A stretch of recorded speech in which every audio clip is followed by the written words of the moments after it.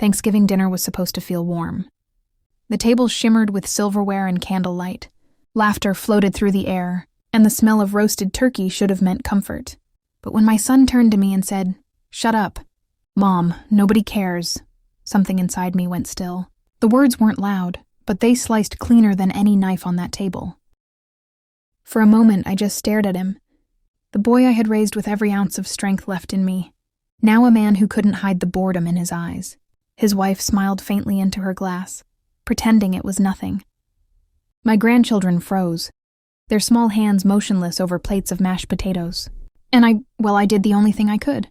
I stood up, folded my napkin neatly, and walked out. Outside, the air was sharp with winter. The lights of their home glowed behind me, warm and golden, but they no longer felt like mine.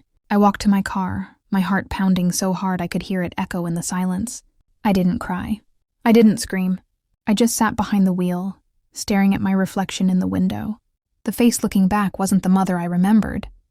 It was a stranger who had finally run out of forgiveness. That night, I made my decision. I stopped paying their loans. I withdrew what was left of my savings. And then, before dawn, I packed a suitcase and left the country. When I woke the next morning to 55 missed calls, I didn't answer a single one. My name is Joan Patterson, retired nurse, widow, and mother who once mistook sacrifice for love. Now my apartment hums with quiet. The clock ticks softly. The refrigerator hums like a heartbeat, and the faint scent of lavender drifts through the air. On my lap rests a faded photograph. David and me on our wedding day, standing outside the small apartment we could barely afford. His smile that day looked like forever. It's been 30 years since that smile vanished without warning. I still remember the doctor's voice, calm and apologetic, and the silence that followed when everyone left. I locked myself in the bathroom, staring at a reflection I didn't recognize. Eyes red, lips trembling, a widow with a 10-year-old boy to raise. I gripped the sink and whispered a promise through my tears. My son will never know hunger or fear. I will give him everything we never had. That vow became the rhythm of my life.